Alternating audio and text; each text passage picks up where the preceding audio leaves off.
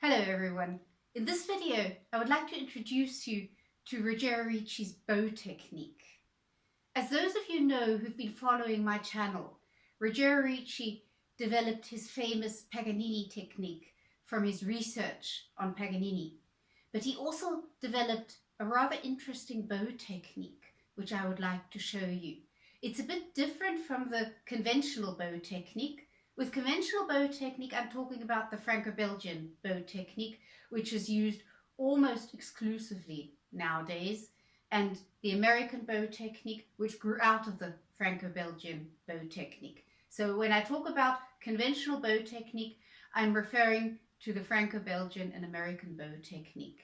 Ricci developed a bow technique which is a little bit different, and I think can be very interesting for you, and I would encourage you to try it out and see how it feels. I would not regard it as a replacement to the conventional bow technique, more as an addition where, if you're familiar with it, you can decide when you want to use which bow technique. The biggest difference between Ricci's bow technique and the Franco Belgian bow technique is the position of the upper arm and the elbow. In the Franco Belgian bow technique, as we approach the frog, as from the middle on an up bow, we drop our elbow and we do the bow change with our fingers. And we play in the lower half with a low elbow.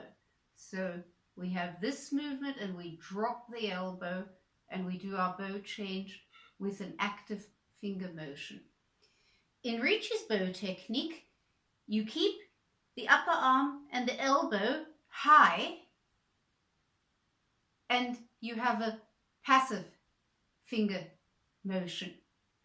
So the result of this is that it is less strenuous for the hand and fingers, because most of the work is done by the large arm muscles, the muscles in the upper arm and the shoulder muscles. Those are big muscles, they can do hard work. And the finger motion being passive, just reacting to the bow's change of direction, that makes it a lot less strenuous on the hand and fingers, particularly the joints. To get a feeling for the difference, play the following bows, just a small exercise on the open D string, first with the Franco Belgian bow technique.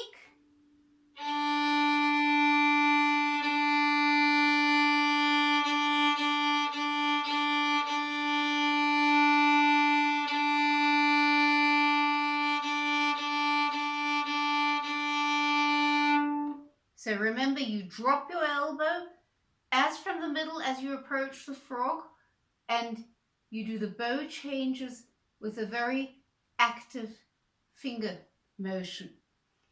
The advantage of this bow technique is by dropping the elbow, you have weight on the string automatically.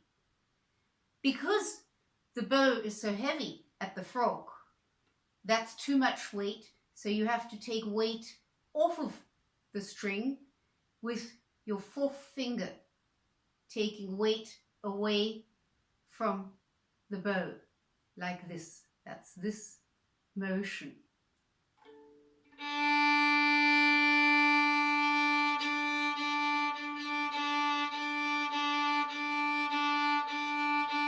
As you do these bow changes at the frog, you will feel your fourth finger having to work hard, because it has to press down a little bit in order to get the stick to go up, to take weight off of the string.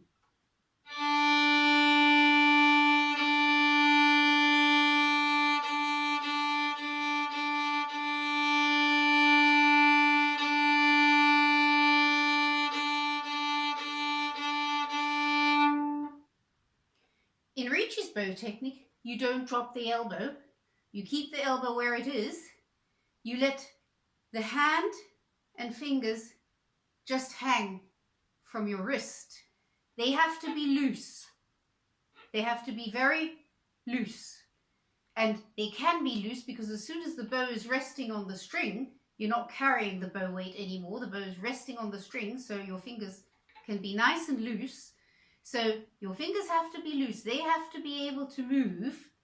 And your hand and fingers and bow are just hanging. And the finger motion for the bow changes at the frog, it's still there, but it's no longer an active finger motion. It's a passive finger motion. The fingers react to the bow's change of direction. So you do the same exercise, whole bow, and then a couple of bow changes at the frog. And this time you don't drop your elbow.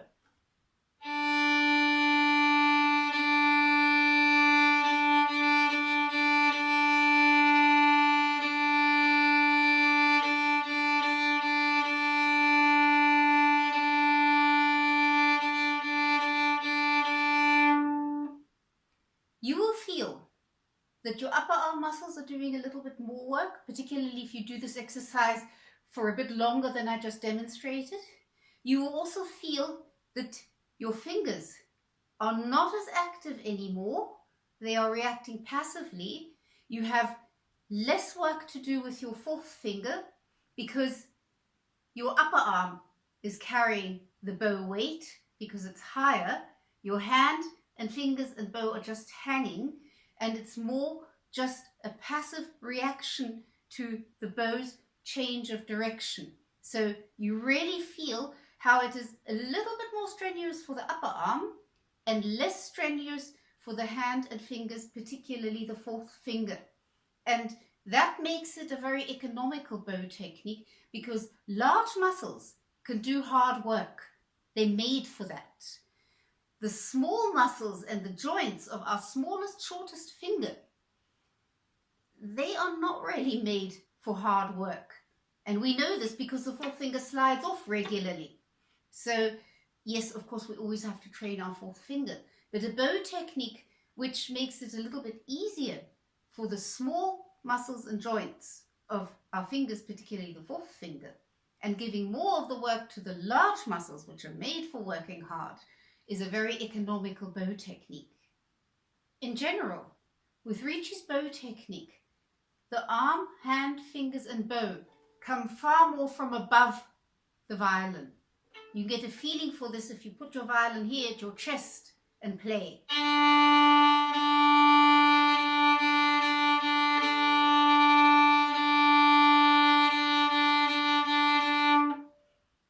The whole right arm and hand and fingers and bow, everything's coming from above the violin. That's probably the most important difference. And you're working with the energy of the bow more than the bow itself. So the finger movements are more passive. You're working with the energy of the bow more than when you drop your elbow in the Franco Belgian method and you're actively moving the bow. So those are the main differences, and I have to tell you that Ricci's bow technique came very naturally to me because I naturally play with a high upper arm. It was difficult for me to learn to drop my elbow. It took me a long time to learn to do this.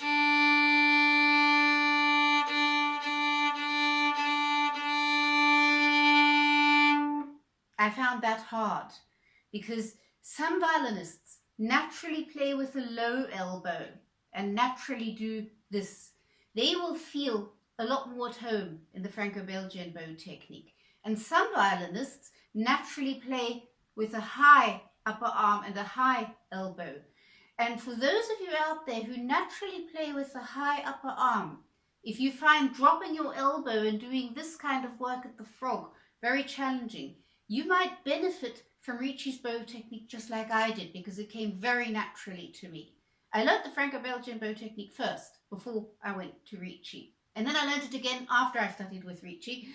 And both times I noticed that this is challenging for me, while as keeping my arm high and just letting my hand hang was less challenging for me. So that's my personal experience with this. Like I said, For you, it might be the exact opposite. You might find it very challenging to keep your arm up and find it much more comfortable to drop your arm and work with the arm's own weight.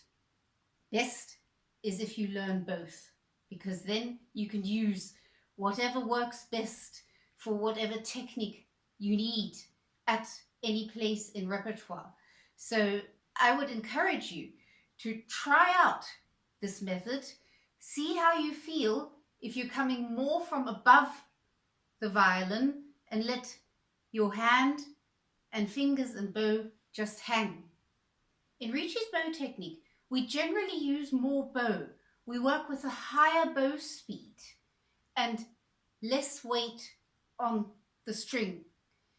And in the Franco Belgian bow technique, we use less bow speed and have more weight on the string. So in a nutshell, that's another difference between the two. If you use Ricci's bow technique, you'll be using more bow. You need a higher bow speed. So it also sounds a little bit different, which is why, again, I would recommend to see this as an addition and not as a replacement, because the more different sound colors you can make, the better, because then you can pick whichever sound color you want for any given place in repertoire. I'm going to be making more videos on Ricci's bow technique and going into Ricci's bow technique, particularly with different bowings, spiccato, staccato, ricochet, but also legato bowings, détaché, martelé, and all those kind of things, because I think it's very, very interesting what he developed with his bow technique. And for those of you who are interested in going into even more depth as far as Ricci's bow technique is concerned, I would like to recommend the program Bow Like a Pro, where I am a teacher. I'm going to be doing an extensive series on Ricci's bow technique, covering everything I could possibly imagine in the greatest detail that I could possibly produce. So take a look at Bow Like a Pro. The link is in the description, and I would very much recommend the program because you get personal feedback lessons with me as well. So it's a very good program to do for all of those of you who want to go into even more depth as far as bow technique in general and Ricci's bow technique is concerned. And I will be making videos on Ricci's bow technique here for my YouTube channel for all of you who would like to get an idea of Ricci's bow technique. And I'd like to encourage you to try this out and let me know in the comments how you feel about it, because that's going to be different for every player. And I'd be very interested to know your experiences with Ricci's bow technique. Happy practicing.